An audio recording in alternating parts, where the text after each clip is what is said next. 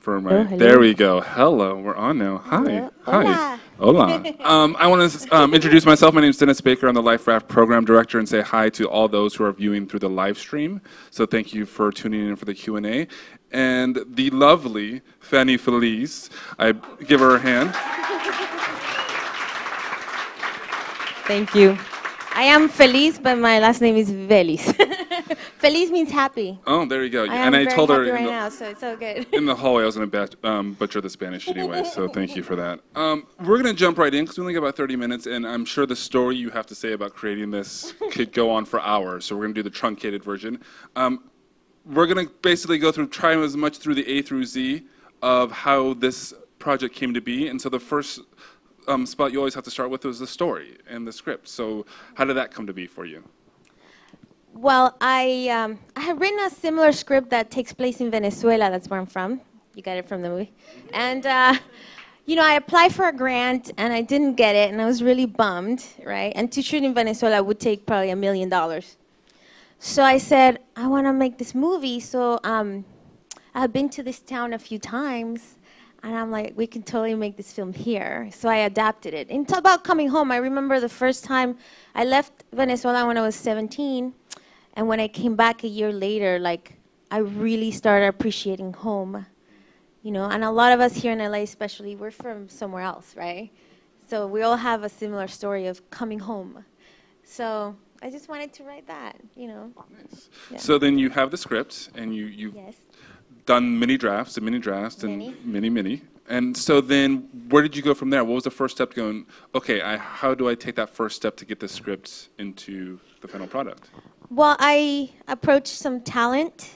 I actually met with casting director Rosalinda Morales, and she suggested I get Enrique Castillo, who plays the father, and was like, "You think he would do that? He would play this role?" And she's like, "Ask him." And I happened to know his wife, Bill Hernandez, so he loved the script, and that was my first, you know, talent. And then I went to a couple studios, and they just were not really interested in a movie with a Latino cast that didn't have like guns and stuff. I don't know. They just weren't interested, you know. And I was like, okay, I know there's an audience for something like this. I just know it. So I raised the money through crowdfunding. So a lot of the pre-production was fundraising. Can you talk a little bit about the details of that? Was it one thing, or was it multiple avenues of Yeah, so doing I that? started with Kickstarter, right, which some of you have heard. It's a website where, you know, a lot of people are having success. And I set this huge goal, $150,000 in 2 weeks. So, and Kickstarter is all or nothing, right? I didn't really know, but we did raise $30,000 in 2 weeks, but we didn't get our goal, so we had to start over from scratch. And I was heartbroken. But, you know, created our own website and just asked people, hey, all I promise you is I'm going to make an American movie with a Latino cast without any stereotypes. This is the only promise that I'm making you. And people were just like, I'm going to support that. They didn't even know what the story was about. So, yeah, we raised enough money to make the film. And then we got this town of El Campo. You know, a lot of times when you shoot in towns where they've never had any film there, they're just so excited to be a part of a movie. They were so generous, and that's how we were able to make it. I don't think it could have made it here in LA. It would have been too expensive. But over there, yeah. So this is a moment where you're going to give little shout-outs to any cast or crew in the audience. Yes. So. Our DP's here. I'm so excited. Amza. Where's he at? Stand up. Stand up. Doesn't the film look amazing? I'm so happy he's here. It was such a strike of luck to find him. And there's also people in the audience that gave me money. So raise your hand if you give me money. You give them a hand. There you go. So thank you very much. Thank you. Thank you very much. So what was it? Can we ask what the budget in the film was, or the range, or where was the goal? 150. 150. We did this movie. Okay, so did you have to raise all 150 before then you could move forward, or how did that work? We raised enough to start. We ran out in the middle, so I call the studio of Mom and Dad.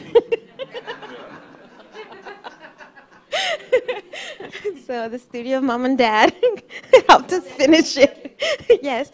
And then we had some for post-production, we had some fundraisers at my friend Roland's house. And, we had so many fundraisers.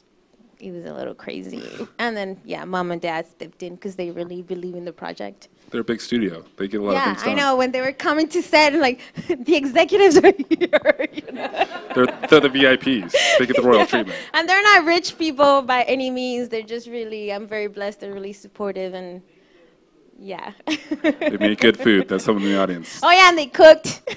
My dad would show up to set cooking, So that's the way to go. So talk about your little experience in producing. Was this your first feature, like shorts before? When did you realize, okay, I maybe don't know how to do a line item budget, or I need, because you have a long producer list. So when you're like, okay, I need a team behind me that knows the stuff that I don't know. Well, I've been doing short films for about 10 years. And my goal with making shorts was that, okay, I win a major film festival, someone's going to invest in my next movie. That never happened. I won some major film festivals. That just didn't happen. So it's like, okay, I guess I just have to do my own. So I did this feature, and I thought, well, I've done short films. It's the same thing. Yeah, right. It is a totally different monster. Yeah. And but I tell you something, in these 10 years of making short films, I created a huge network of people and fan base that wanted to support me. And yes, I met people that knew how to do a budget properly. And a lot of the producers that you see is if you gave at least $200, you got associate producer credit. But they didn't really produce, you know what I mean? So talk about that. When for those who are like, okay, maybe I produced a short film, maybe I want to get into doing a feature film. In the producing perspective of it, let's talk a little about my contracts and things that start there. Like, we just talked about this in the green room. Contracts that hard? Are they not that hard? What's the process with that? I found that the SAG agreement was actually very helpful because, well, it gives you, I did the ultra low budget. So it gives us independent filmmakers, we're able to use professional actors. And I'm a SAG member too, like proudly, right? SAG-AFTRA. And I wanted to be in my own movie. So they were really helpful. And it gives you like credibility, right? And I know Enrique probably wouldn't have done this movie if it wasn't SAG-AFTRA, right? So that wasn't hard. I think what I did learn is you have to write everything. Like, people want to come on as producers, like, make sure that they're going to be there through the whole process. Because a lot of people, I want to produce, and then they dropped out right before or right after, we shot. And shooting is very important, but the post-production is probably even more important, So I ended up, by the end of it, doing everything myself, because the time commitment was pretty big. So, yeah, just if I were to do it again, I would be very specific about contracts, the music. If you're an actor in the movie, like, you agree to, to do the post-production and to help promote it. There's a lot of things I would do differently, but I had my production company, and I kind of learned as I went. So the idea of being very specific about roles and responsibilities of each individual that are choosing to be on the team. Yeah, exactly. Then from there, so you're gearing steam, you're getting pre-production going, and you're getting locations. When so location wasn't in LA, and you live in LA. Yes. And you have 2 kids, yes, which is a feat that I'm still trying to figure out myself. Yes. How did you manage life and this thing called a film? That's talk a little bit about how was there times you're like, oh, I just want to give up? Oh yeah, I give up almost a week before. Before I'm like, oh, I'm done. We don't have money to do it.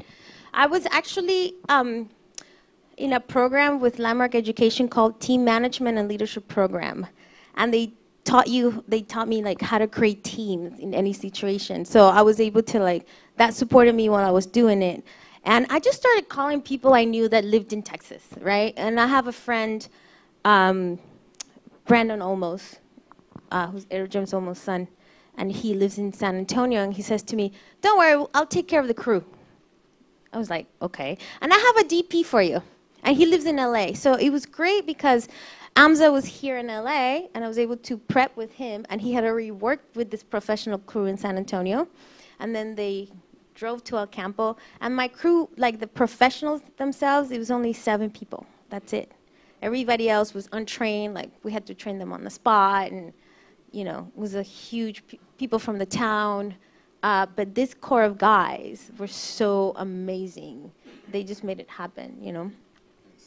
Nice. So then you get to El Campo, and it's, you know, you're starting maybe pre-production a little bit there, and then starting like first day of shoot. How do you transition, one, into director, but 2, then into actor? Like, there's so many hats that you put on. Yeah. How did you start to balance? Okay, now we're starting into production, and I have to be a director. Oh, but I still have to be an actor. Oh, Yeah. we still have to make sure that everyone gets fed, and that we get, Oh you know, my like, God, yes. how did you? There was one day in the school that we had all those kids that showed up, and the school was closed. It was summer, and the kids were hungry, and nobody could do anything. So I started making peanut butter sandwiches for all the kids. There's like 30 of them. I was like, I'm making peanut butter sandwiches while I'm looking at my shot list. It was, you know, I had a strong team. One of my best friends took a leave of absence from his job, and his name is Gordon Williams, and he was my UPN when I was there, and I just really had to like trust. There comes a time where just like you just have to trust things are gonna turn out, you know. And I've directed pieces with myself in it. We had rehearsal before, so that part I wasn't too worried about. My main concern was always the money. Are we gonna run out of money? Are we gonna run out of money?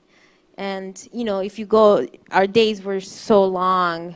The overtime, you know. So that was my main concern. And I had a strong team of professionals, so that helped me.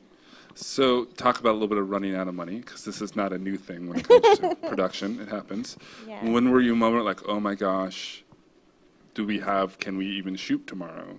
Was that like the moment of like, okay, how many hours before the studio of mom and dad kicked in? We're like, okay, can we even continue? Was that a moment for you? Yeah, well, right before we started shooting, a couple of days before, I had a 16 people crew, something like that. And I realized in my budget, I just can't have all these people. And it was a moment of like, do I keep going with a skeleton crew? Or do I just say, okay, let's just raise some more money and we'll come back next year or something. And I just chose to, okay, let's just have the minimum people possible. And then we hired people from the town and gave them jobs. A week and a half into it, we ran out of money. So I called mommy and daddy. And how many days were you planning on shooting? How many days? It was a 16-day shoot. All this in 16 days, yeah. Which is like insane. You know, it was 2 takes, 3 takes. I wanted more, but. And were you shooting digital or film? Yeah, we shot digital. Yeah. And we had 2 cameras. Okay. Can you talk a little bit about that as a director's point of view?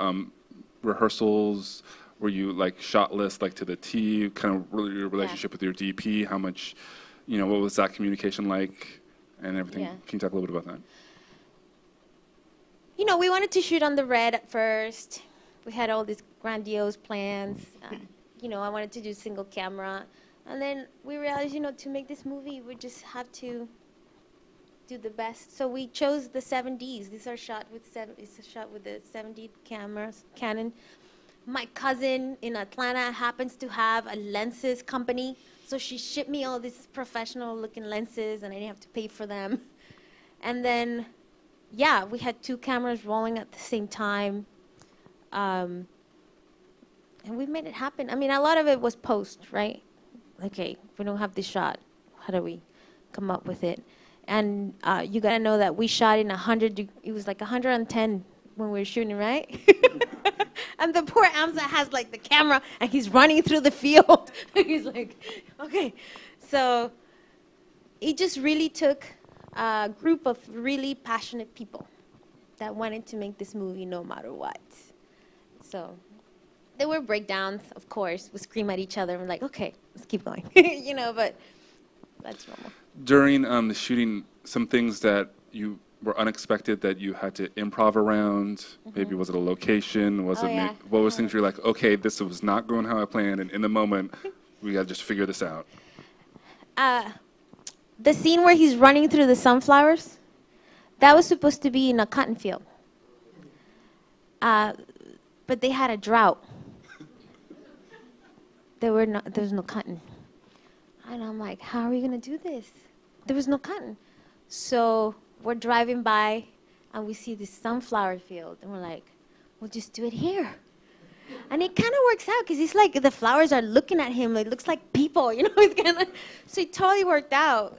Stuff like that. Or, you know, the beach scene was supposed to be at night, but we just didn't have enough lights. So we shot it at, you know, stuff like. But then there was miracles that happened. Like somebody shows on set and says, "Hey, Fanny, do you want a crop duster?" What is that?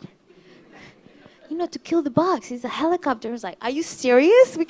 And this crop duster is the size of it's a little helicopter. It's this big. And Amsa was like, I'll go.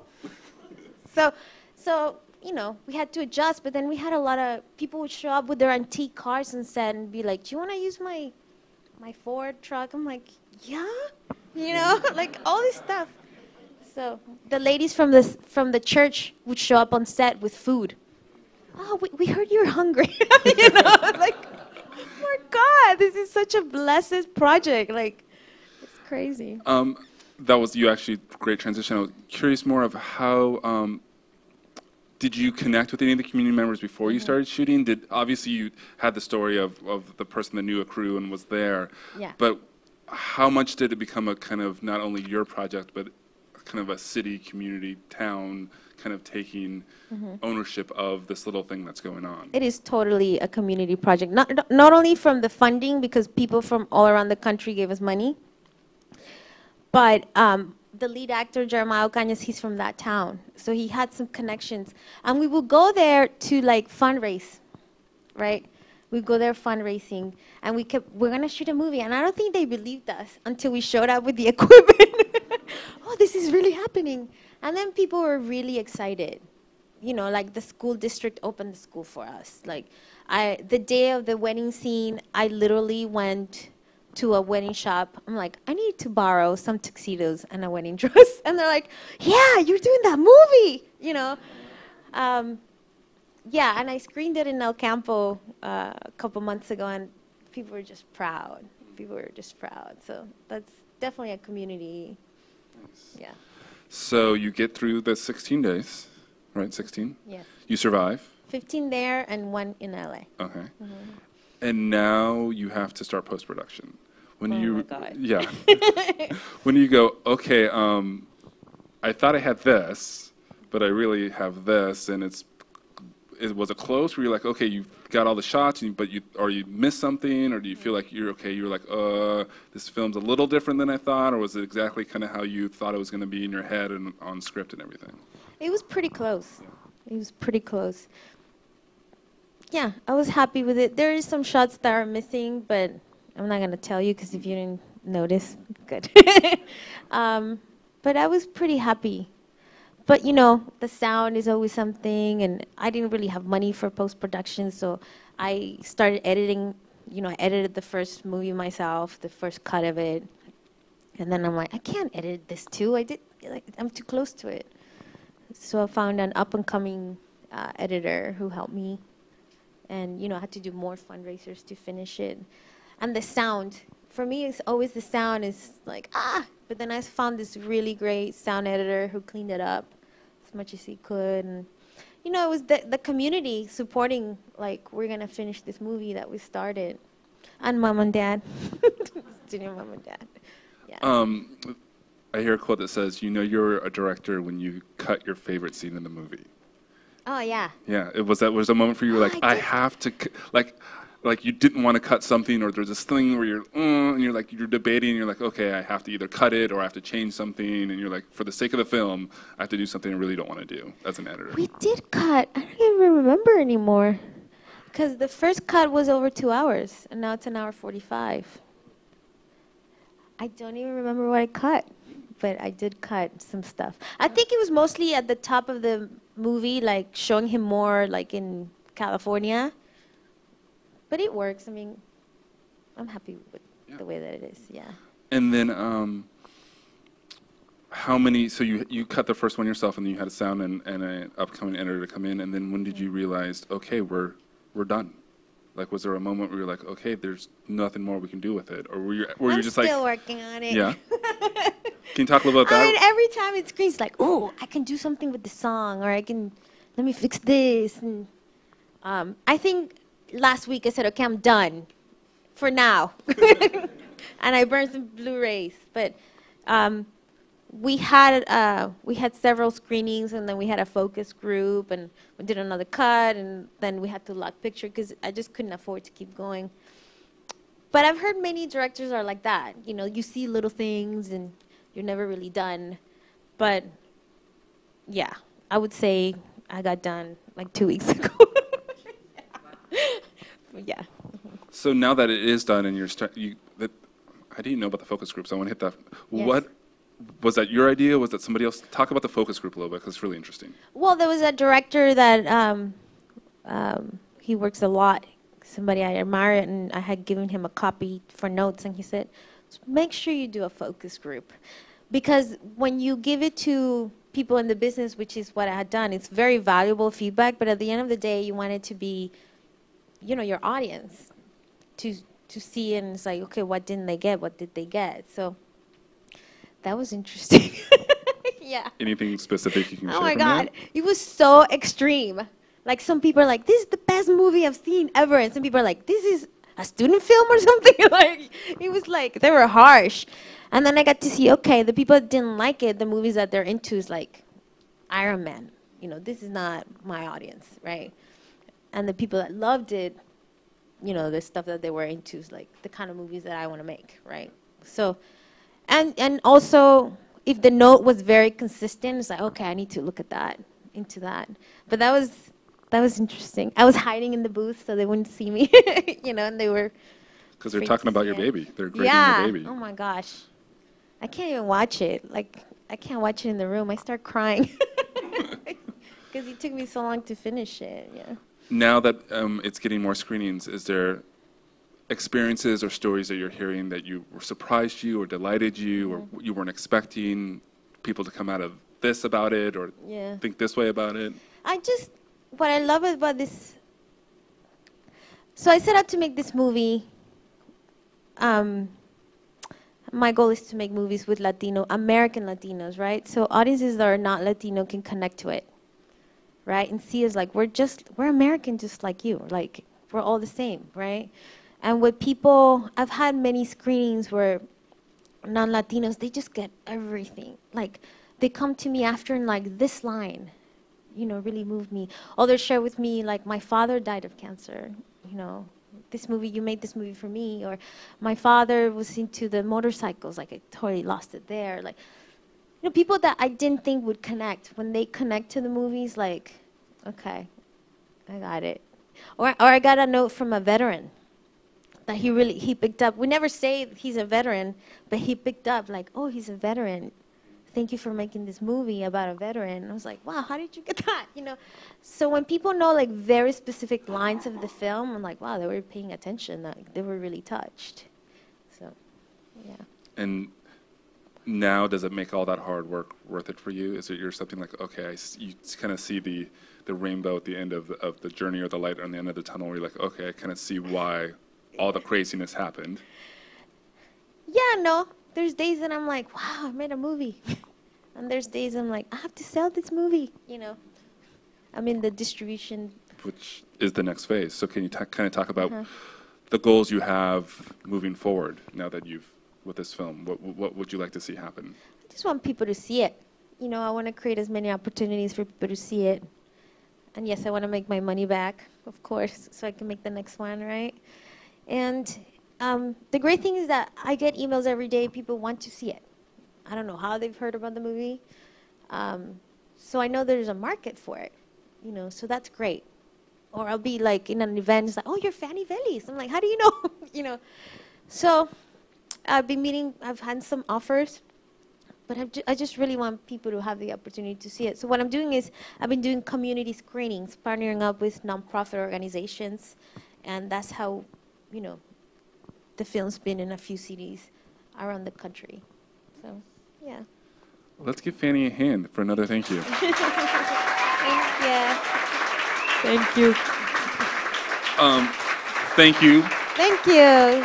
And all the best with this film. Thank you so much. And I hope it does what you would like it to do. Yes. Thank you, everyone, for viewing the live stream and for everyone coming. And have a great evening. Thank you.